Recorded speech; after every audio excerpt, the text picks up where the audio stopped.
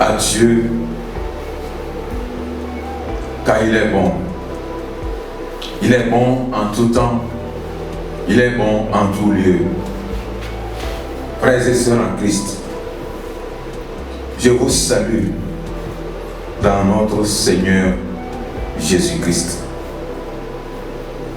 Aujourd'hui encore, l'Éternel il a été avec nous depuis le matin. Il nous a protégés et préservés.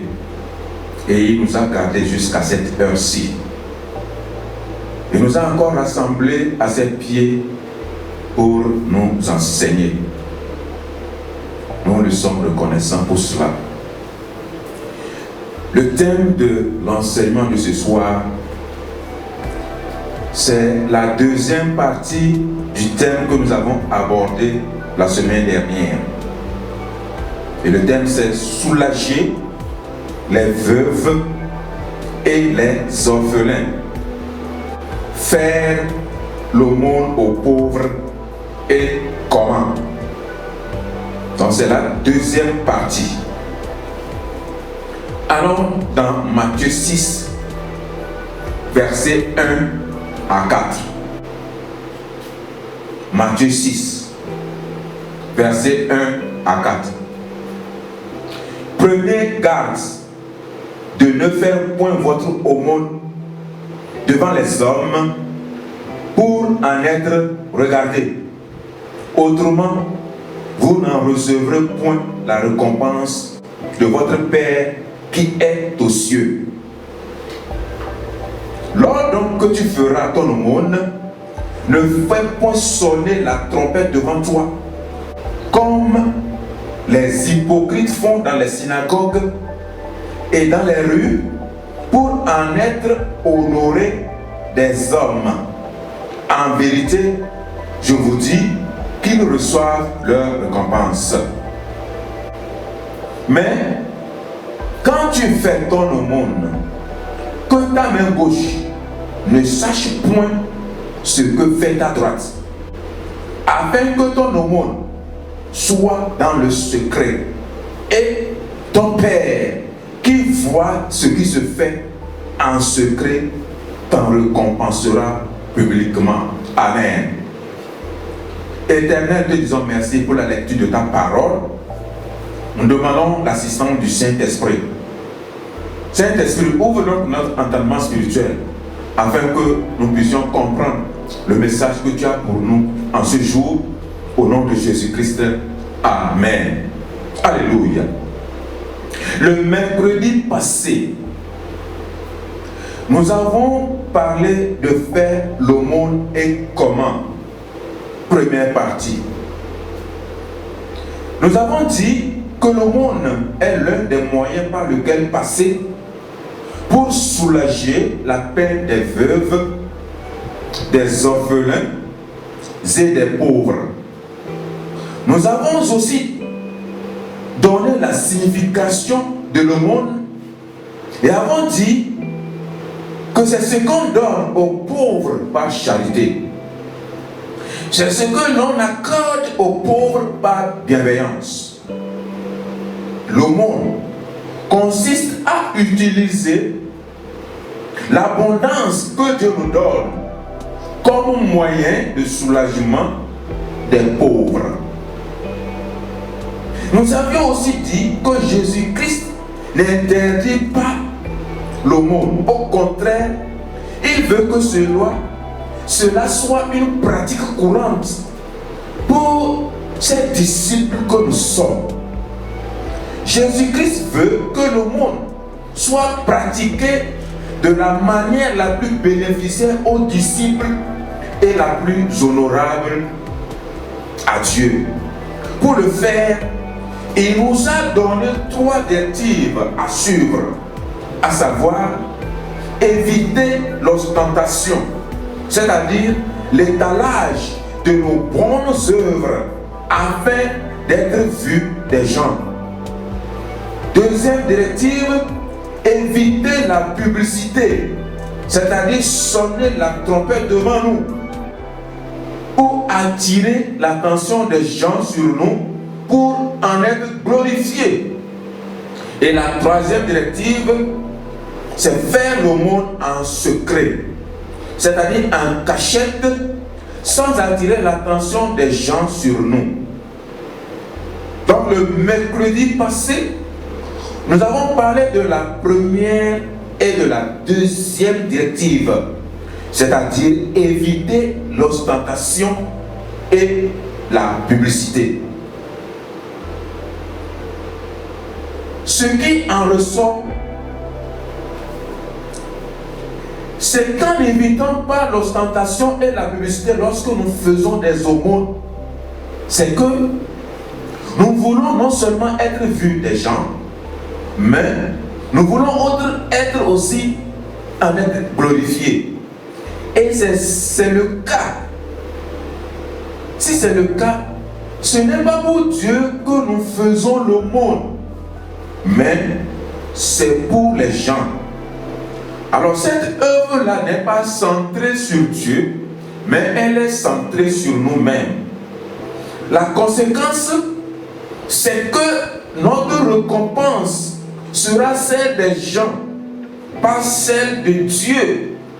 C'est-à-dire, nous recevrons des gens les honneurs, des applaudissements, l'influence et puis la popularité. Et cela s'arrête là. Dieu n'y prend pas plaisir à cette aumône-là parce que l'aumône n'est pas centré sur lui. L'œuvre n'est pas centrée sur lui, mais l'œuvre est centrée sur nous. Nous voulons notre propre gloire. Alors, pour que l'aumône soit pratiqué de la manière la plus bénéficiaire aux disciples que nous sommes et de la manière la plus honorable de Dieu, nous devons donc éviter l'ostentation et la publicité autour de nous quand nous faisons de l'aumône en particulier et des bonnes œuvres en général. C'est ce dont nous avions parlé l'autre fois. Alors aujourd'hui, nous allons parler de la troisième et dernière directive qui est faire l'aumône en secret. C'est la troisième directive, faire l'aumône en secret. Matthieu 6, versets 3 et 4. Matthieu 6, versets 3 et 4. Dit, mais quand tu fais ton aumône, que ta main gauche ne sache point ce que fait ta droite, afin que ton aumône soit dans le secret, et ton Père qui voit ce qui se fait en secret t'en récompensera publiquement. Amen. Voici ce que Jésus-Christ nous dit. Alors, dans ces versets 3 et 4, Jésus-Christ nous demande de faire l'aumône en secret. Ici, c'est clair que Jésus-Christ veut que cela se fasse en cachette, sans attirer l'attention des gens sur nous. C'est pourquoi il dit, mais quand tu fais ton aumône, que ta main gauche ne sache point ce que fait ta droite, afin que ton aumône soit dans le secret. Alléluia. Mais faire l'aumône, c'est aussi faire une bonne œuvre. Alors, dans Matthieu 5, verset 16, qu'est-ce que Jésus-Christ nous dit? Allons dans Matthieu 5, verset 16, et nous allons voir ce que Jésus-Christ nous dit par rapport aux bonnes œuvres. Matthieu 5, verset 16. Dit que votre lumière luise ainsi devant les hommes, afin qu'ils voient vos bonnes œuvres et qu'ils glorifient votre Père qui est dans les cieux. Dans Matthieu 6, verset 1 à 4, Jésus-Christ nous demande de faire l'aumône qui est aussi une bonne œuvre en cachette, à l'abri des regards des gens. Mais ce même Jésus Dans Matthieu 5, verset 16 nous dit que votre lumière luise ainsi devant les hommes, afin qu'ils voient vos bonnes œuvres. Comment comprenons-nous ceci? C'est comme une contradiction. Non, frères et sœurs en Christ, Dieu ne se contredit jamais. La parole de Dieu ne se contredit jamais. Dans le cas de Matthieu 6, verset 1 à 4, celui qui fait l'aumône ne le fait pas, pour que l'aumône qui est une bonne œuvre soit vue.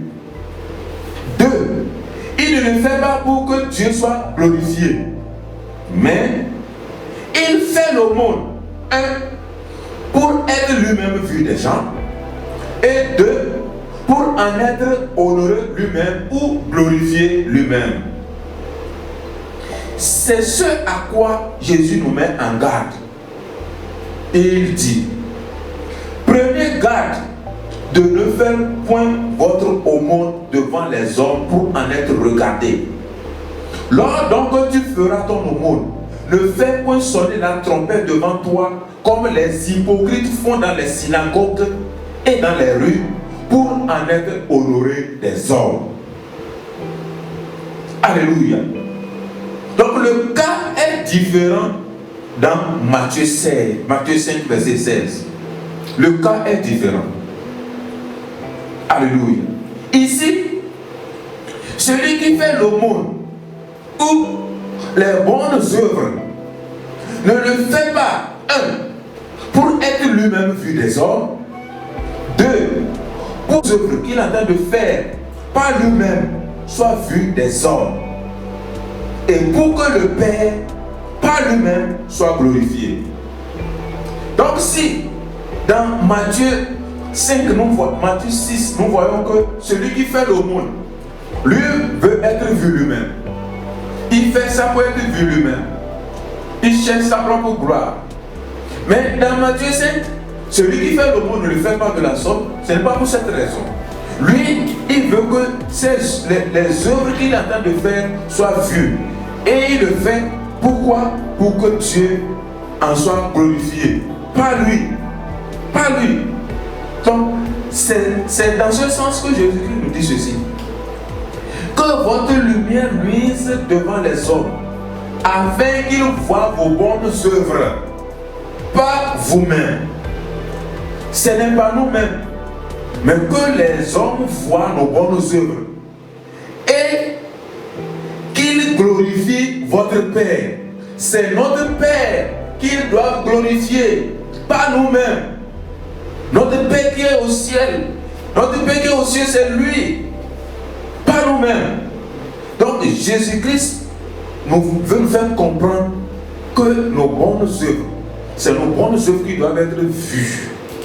Et que les hommes qui voient les bonnes œuvres là donnent la gloire à Dieu, pas à nous. Donc, Jésus-Christ ne s'est pas arrêté là. Il va plus loin. Il va plus loin. Il dit, mais quand tu fais ton aumône, que ta main gauche ne sache point ce que fait ta droite. Que ta main gauche ne sache pas ce que fait ta droite. Qu'est-ce que Jésus-Christ veut nous dire par là? Qu'est-ce qu'il veut dire que notre main gauche ne sache point ce que fait notre droite? Eh bien, Jésus-Christ veut simplement dire que si nous cachons nos bonnes œuvres aux hommes, si nous le faisons pas pour que les hommes voient et que nous en soyons glorifiés, nous devons aussi les cacher de nous-mêmes. Nous devons cacher ces œuvres-là de nous-mêmes. Pourquoi? Il peut arriver que lorsque nous faisons les bonnes œuvres, lorsque nous faisons l'aumône, nous ne le fassions pas pour que les gens voient. Nous ne fassions pas étalage de nos bonnes œuvres devant le public. Mais ce qu'il y a, c'est que nous-mêmes nous sommes aptes à contempler nos actions avec autosatisfaction et en tirer gloire nous-mêmes. En ce moment, ce ne sont pas des gens qui nous donnent la gloire, mais c'est nous-mêmes. Nous sommes fiers, nous tirons l'autosatisfaction et nous pensons que, bon voilà, parce que nous faisons ceci, nous sommes meilleurs, nous recevons la gloire. Or, ce n'est pas de ça qu'il s'agit. Nous ne devons pas agir de la sorte. L'autosatisfaction aussi, c'est se donner la gloire. Parce que nous pouvons faire ces œuvres-là. Nous pouvons faire le monde, comme je l'ai dit, sans attirer l'attention des gens, sans ameuter les gens, sans faire la publicité. Mais c'est vrai, nous l'avons caché aux gens qui sont autour de nous. Qu'en est-il de nous-mêmes?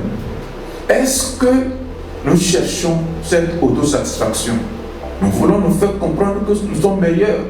Alors nous devons comprendre que cette autosatisfaction-là n'a rien à voir avec le salut. Parce que nous ne sommes pas sauvés à cause de nos œuvres, mais nous sommes sauvés par la foi. Donc, nous devons éviter cela. Alléluia. Tout ce que nous devons retenir ici, c'est que tout ce que nous faisons est pour la gloire de Dieu et non notre gloire. Tout ce que nous faisons, c'est pour la gloire de Dieu. Le ministère chrétien, nous le faisons non pas pour tirer la gloire, prendre la gloire sur nous, mais c'est pour la gloire de Dieu. Tout ce que nous donnons aux orphelins, aux pauvres et aux veuves, nous devons savoir que c'est à l'Éternel que nous prêtons.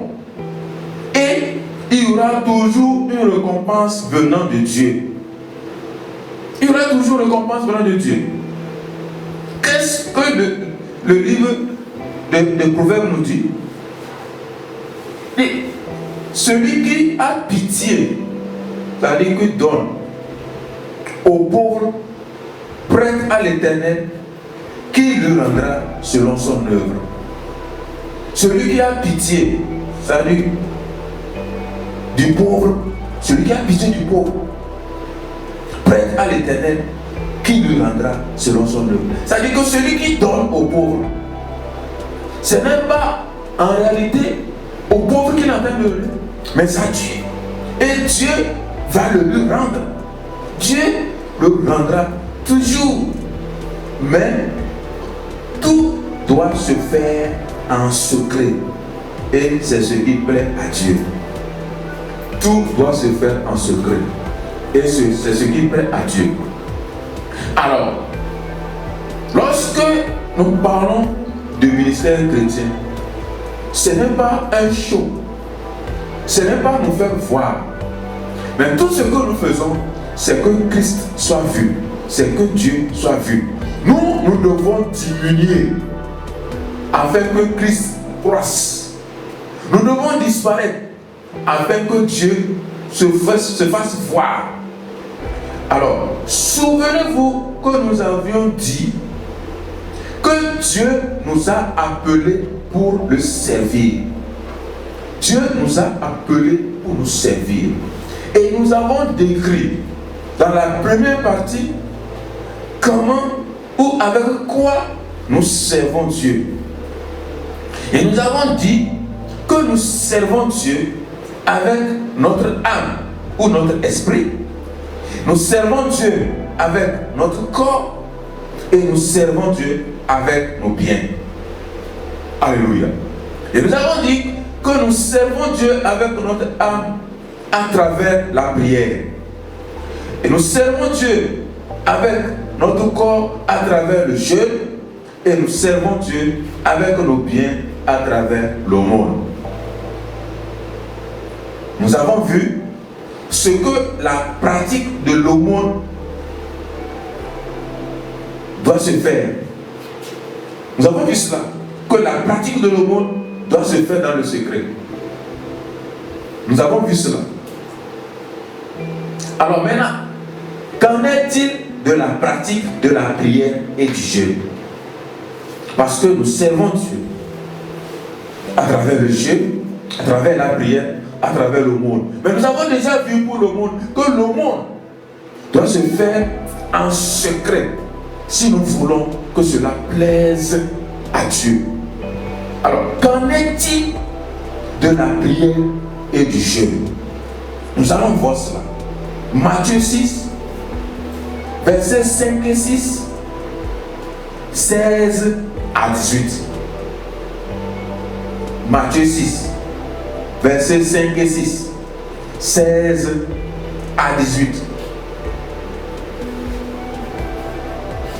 Et quand tu prieras, ne sois pas comme les hypocrites, car ils aiment à prier en se tenant debout dans les synagogues et au coin des rues, afin d'être vus des hommes. En vérité, je vous dis qu'ils reçoivent leur récompense. Verset 6. Mais toi, quand tu pries, entre dans ton cabinet et ayant fermé ta porte, prie ton Père qui te voit dans ce lieu secret. Et ton Père qui te voit dans ce lieu secret te récompensera publiquement. Verset 16. Et quand vous jeûnerez, ne prenez point un air triste, comme font les hypocrites, car ils se rendent tout défaits de visage, afin qu'ils paraissent aux hommes qu'ils jeûnent. En vérité, je vous dis qu'ils reçoivent leur récompense. Mais toi, quand tu jeûnes, oins ta tête et lave ton visage, afin qu'il ne paraisse point aux hommes que tu jeûnes. Mais ton Père, qui est présent dans ton lieu secret, et ton Père qui te voit dans ton lieu secret, te récompensera publiquement. Alléluia. Alors nous voyons que comme pour le monde, la pratique de la prière et du jeûne aussi doit se faire en secret. Donc, la pratique de la prière, la pratique du jeûne et la pratique de l'aumône ont tous un dénominateur commun, c'est-à-dire le secret. Donc la prière doit se faire en secret. Le jeûne doit se faire en secret. L'aumône doit se faire en secret, comme nous l'avions vu. Alors nous devons savoir ceci. Seul ce que nous faisons dans le secret, sans attirer l'attention des gens sur nous-mêmes, plaît à Dieu. C'est ça qui plaît à Dieu et mérite la récompense venant de lui. Je répète, seul ce que nous faisons dans le secret, sans attirer l'attention des gens sur nous-mêmes, plaît à Dieu et mérite la récompense venant de lui. Pourquoi? Parce que en faisant ces choses-là en secret, en faisant des bonnes œuvres en secret, c'est que nous ne cherchons pas notre gloire, mais nous cherchons la gloire de Dieu. Nous cherchons la gloire. Les gens ne nous voient pas. Nous le faisons en cachette, sans attirer leur attention, pour qu'ils sachent que nous sommes en train de faire de bonnes œuvres, pour qu'ils nous applaudissent, pour qu'ils nous acclament, pour qu'ils oublient que nous sommes des canaux entre les mains de Dieu et que c'est Dieu qui crée en nous le faire et le vouloir. Donc tout doit se faire en secret. Et c'est Dieu qui récompense. Et comment cette récompense est faite? Elle est faite publiquement. Elle est faite publiquement. Donc la prière faite dans le secret est récompensée publiquement. Le jeûne fait dans le secret est récompensé publiquement. L'aumône fait dans le secret est récompensé comment? Publiquement. Alléluia. Donc nous devons savoir cela. Que tout ce que nous voulons faire dans la maison de Dieu, tout ce que nous faisons dans le ministère chrétien, nous devons le faire en secret. Nous ne devons pas faire cela. Nous ne devons pas appeler à metter les gens pour que les gens voient nos bonnes œuvres. Pour en être glorifiés. Mais nous devons avoir à l'idée que tout ce que nous faisons, la Bible dit que notre lumière luise devant les hommes, afin qu'ils voient nos bonnes œuvres et que notre Père soit glorifié. Ce n'est pas nous, mais c'est nos bonnes œuvres qui doivent être vues. Et quand ces bonnes œuvres sont vues, la gloire revient à qui? À Dieu, pas à nous. Mais dans le cas où nous posons des bonnes œuvres pour être vus nous-mêmes, en être glorifiés, là, Jésus-Christ nous appelle hypocrites. Il nous appelle hypocrites. Et que nous n'avons pas de récompense venant de notre Père. Mais notre récompense, ça vient des hommes. Parce qu'en réalité, c'est pour eux que nous posons ces actes. C'est pour eux que nous faisons des bonnes œuvres. Ce n'est pas pour Dieu.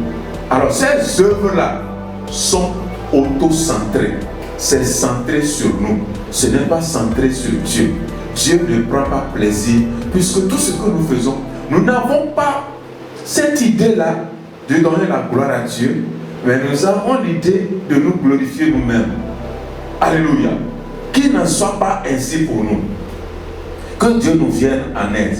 Afin que si nous avons cette inclinaison, que nous puissions nous repentir, que nous puissions changer et faire de bonnes œuvres aux pauvres, aux orphelins, aux veuves, sans chercher à être vus, mais à faire en sorte que la gloire revienne à Dieu.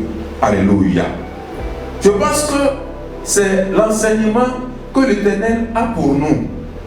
Et pour terminer, pour conclure, nous allons dire ceci.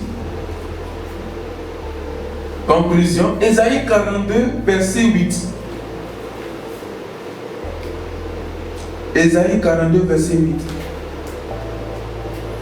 Je suis l'Éternel, c'est là mon nom. Et je ne donnerai pas ma gloire à un autre, ni mon honneur aux idoles. C'est ce que l'Éternel nous dit dans Ésaïe 42, verset 8. Il dit, je suis l'Éternel, c'est là mon nom, et je ne donnerai pas ma gloire à un autre, ni mon honneur aux idoles. Alors, si Dieu dit qu'il ne donnera pas sa gloire à un autre, qui sommes-nous pour chercher à vouloir prendre cette gloire-là sur nous? Qui sommes-nous? Nous ne devons pas chercher à prendre cette gloire-là sur nous. Il dit que lui, il ne donnera pas sa gloire à un autre. Donc tout ce que nous devons faire, nous devons faire en ayant en vue, en ayant à l'idée, en ayant dans notre pensée rien que la gloire de Dieu. Tout ce que nous devons faire, ce n'est pas seulement dans le domaine de la prière, dans le domaine du jeûne, dans le domaine de l'aumône, mais dans toute œuvre, dans toute activité que nous allons faire dans la maison de Dieu, dans le royaume de Dieu, nous devons comprendre que nous ne sommes pas des stars. Nous ne sommes pas des stars. Nous sommes des ministres. Nous sommes des serviteurs. Nous sommes des serviteurs inutiles. Quand nous travaillons, quand nous œuvrons, nous devons avoir à l'idée la gloire de Dieu. Non pas notre gloire. Non. C'est pourquoi le psalmiste, lui, il a compris cela. Et il dit, non, pas à nous, Éternel. Non, pas à nous. Mais à ton nom, donne gloire. Il dit non, pas à nous, Éternel. Non, pas à nous. Mais à ton nom, donne gloire. Ça, c'est le psaume 115, verset 1. Est-ce que nous aussi, nous pouvons dire cela? Pouvons-nous dire cela? Je ne sais pas ton niveau. Je ne sais pas l'abondance que tu as. Je ne sais pas des bonnes œuvres que tu fais aux pauvres, aux orphelins et aux veuves. Je ne le sais pas. Toi seul peux le savoir. Dieu peut le savoir. Mais la question est de savoir si tu le fais, si nous le faisons, quelle est la motivation? Qu'est-ce qui nous pousse à le faire? Est-ce que nous le faisons pour que les gens nous voient et nous glorifient? Ou bien nous faisons cela pour la gloire de Dieu? Nous devons comprendre que tout ce que nous allons faire, comme nous l'avons dit, faisons-le pour la gloire de Dieu. Comme le psalmiste, nous aussi nous pouvons dire, Seigneur, dans tout ce que nous faisons, dans toutes nos œuvres, dans nos ministères, dans nos bonnes œuvres éternelles, non, pas à nous, ta gloire, non, mais à ton nom seul, donne gloire. Nous devons être capables de dire cela, que le Seigneur nous vienne en aide, afin que nous puissions nous départir de cette inclinaison qui nous embrigade, qui nous pousse, qui nous envahit, qui fait en sorte que des fois, lorsque nous faisons des œuvres, Dieu n'existe plus. C'est nous. C'est nous. Quand nous faisons des bonnes œuvres, nous devons le faire rien que pour la gloire et pour la gloire de Dieu seul. Alors, que celui qui a des oreilles entende ce que l'Esprit de Dieu lui dit. Amen. Nous allons prier. Éternel, au nom de Jésus-Christ, nous voulons te dire merci encore pour cet enseignement que tu viens de nous donner. Nous prions, nous demandons que cet enseignement que nous venons de recevoir nous aide à pouvoir comprendre et que là où nous avons failli, Éternel, que nous puissions changer. Que là où il y a une défection éternelle, que nous puissions arranger cela et recommencer. Que la repentance soit de mise au nom de Jésus-Christ. Dès à présent, Éternel, puisque nous parlons des orphelins, des veuves et des pauvres, Papa, nous te les confions. Toi qui es le Père des orphelins et le défenseur des veuves, ils sont dans tes mains. Papa, protège-les, préserve-les, soutiens-les, fortifie-les, bénis-les, pourvois à leurs besoins au nom de Jésus-Christ. Papa, je prie que nous, qui ne sommes pas orphelins, qui ne sommes pas veuves, qui ne sommes pas pauvres éternels, accorde-nous ce dont nous avons besoin, pouvoir à nos besoins, afin qu'Éternel, dans l'abondance, nous puissions leur venir en aide au nom de Jésus-Christ. Ôte le cœur endurci et donne-nous un cœur ramolli, afin que nous puissions nous plier à ce que tu nous demandes de faire. Papa, nous te disons merci. Reçois la gloire, reçois la magnificence au nom de Jésus-Christ. Maintenant, toi qui m'écoutes, que l'Éternel te bénisse au nom du Père, au nom du Fils et au nom du Saint-Esprit. Amen.